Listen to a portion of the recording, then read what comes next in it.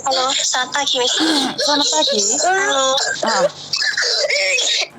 waduh, itu Ya, Miss, anakmu atau ini anak majikan Mbak itu Mbak yang nangis nih Mbak? anakku, Miss. Kenapa Mbak? Ada apa? Ada apa? Ya, gini, Miss. Apa namanya?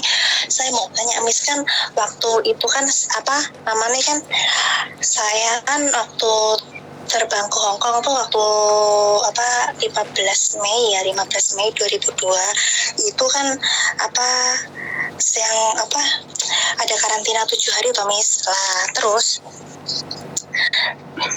Terus apa namanya kan setelah keluar dari karantina itu kan apa pokoknya tuh saya tuh didenda gara-gara nggak tes PCR loh.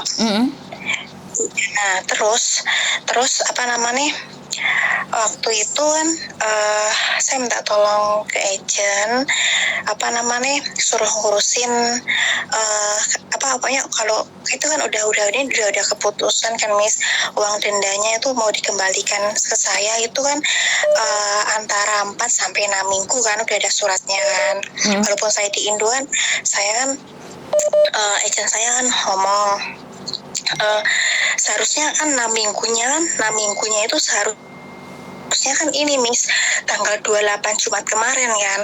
Lah, kalau surat dari pemerintah kan dari Departemen Kesehatan kalau dikasih jangka waktu pengembalian 4 sampai 6 minggu kan seharusnya kan sesuai tepat waktu kan, Miss, nggak mungkin molor kan, Miss, orang dari Departemen Kesehatan kan, Miss. Tidak juga sih, kadang-kadang molor sih Mbak. Tidak pasti langsung gitu. Enggak juga. Tidak bisa juga menjamin on time. Terus? Aku takutnya dibohongin sama agenku gitu, Miss, takutnya, Miss, ibaratnya 10.000 dolar Hongkong kan di Indo kan udah ini toh kan majikanku nggak mau tanggung jawab toh waktu itu aku didenda segitu kan. Terus habis itu apa majikanku nge-treatment aku kan aku apa namanya gara-gara dia nggak mau bantu aku bayar dendanya itu lah. Terus saya di internet itu dapat 2 bulan gaji ya untuk bayar itu yang 10.000 itu, Miss.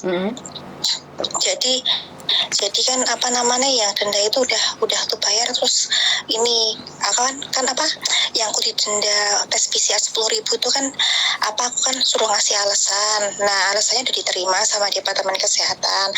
Terus ini apa mau dalam pengembalian itu loh katanya dikembaliin tuh lewat cek misalnya kan saya memberi kuasa ke agent bertanggung jawab agent. Nah katanya tuh nanti kalau udah terima cek nanti dicairin ke rekeningku, tapi kok udah 6 minggu lebih ini 6 minggu lebih seminggu ya 7 mingguan lah kok saya tanya agent kok katanya kok apa nanti kalau udah saya udah nerima cek dari Wessenjon nanti pasti kamu tak kabarin, nggak usah tanya-tanya aku lah, Vanale dia bilang kayak gitu kan. Nah tapi kan saya kan ibaratnya kan nunggu kepastian toh, Miss, maksudnya kan kita kan tanya wajib tanya atau enggak apa jangan dimarahin kayak gitu toh, Miss, ibaratnya kan.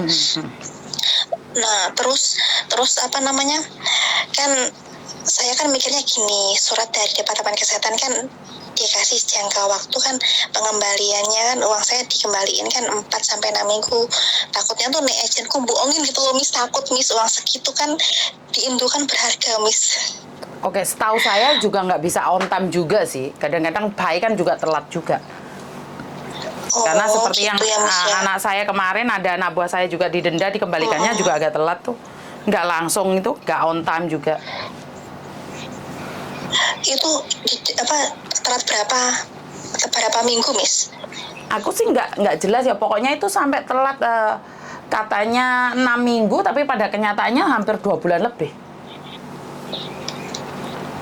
Oh, gitu ya, Miss ya. Karena aku pernah kejadian juga seperti itu. Lah itu misalnya apa namanya itu kan lewat cek toh, Miss, lewat cek itu kan pasti kan yang ngambilin kan walaupun kita di Indo kan pasti kita memberi kuasa ke agent kan pasti agent yang ngambil toh, Miss. Nah itu nanti uangnya ditransfer ke rekening kita atau gimana toh, Aku nggak tahu Mbak, kalau pulang Indonesia saya nggak tahu karena anaknya di sini kan atas nama anaknya langsung. Jadi di atas nama rekening anaknya itu nama anaknya. Jadi orang lain tuh nggak bisa nyairin kecuali dia sendiri. Jadi saya kalau Indonesia saya kurang tahu karena saya tidak ingin menjadi seorang yang sok tahu, wong saya nggak ada pengalaman. Tapi yang saya tahu kemarin kasus anak saya itu pakai cek atas nama dia sendiri, jadi dia sendiri yang harus mencairkannya, nggak bisa atas nama. Makanya saya nggak tahu kalau agentmu bilang bisa atas nama, karena seharusnya agent nggak bisa ngambil. Itu yang saya tahu.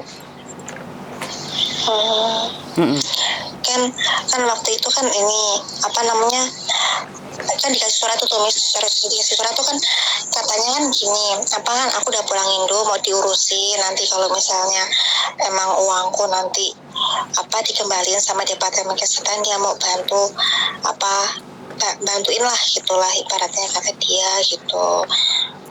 Terus saya juga waktu saya belum diinterminate, saya juga tanya sama Departemen Kesehatan. Misalnya saya pulang Indo kan bilang gini, majikan gue tuh maafan gitu kan, dia nggak mau tanggung jawab apa ngurusin denda saya, dia mau interminate saya. Misalnya nanti sewaktu-waktu saya pulang Indo, apakah uang saya yang sudah saya bayarkan untuk denda itu apa bisa dikembaliin? Kemungkinan besar ada kan, kemungkinan besar bisa gitu kan, karena kan dilihat dari alasannya gitu. Aku udah sebelum aku pulang Indo aku udah tanya ke itu Wesen Junmis ke Departemen Kesehatan. Terus dia tanya, yang kamu beri kuasa sama siapa, orang yang kamu percaya kamu kasih tanggung jawab untuk nerima uangmu, terus nanti selanjutnya dikembaliin ke kamu siapa? Agent saya, aku bilang kayak gitu kan.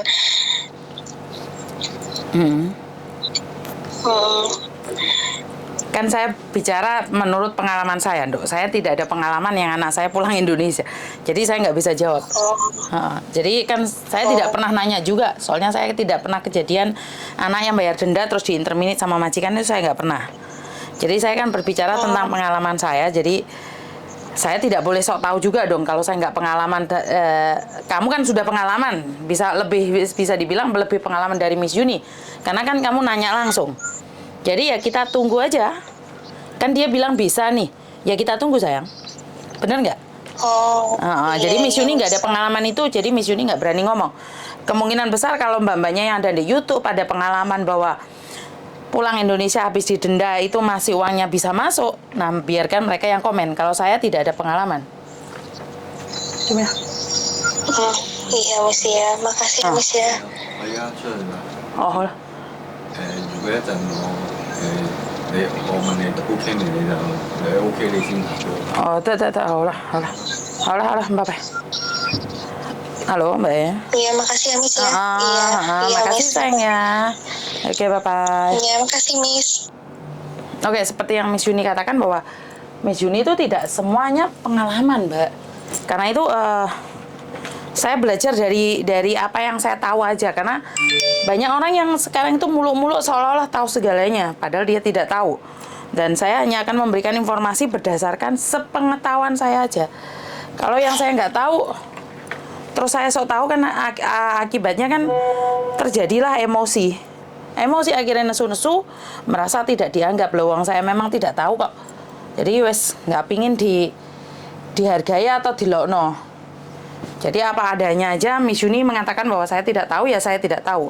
Saya tidak ingin menjadi orang yang sok tahu padahal tidak pernah tahu, ya.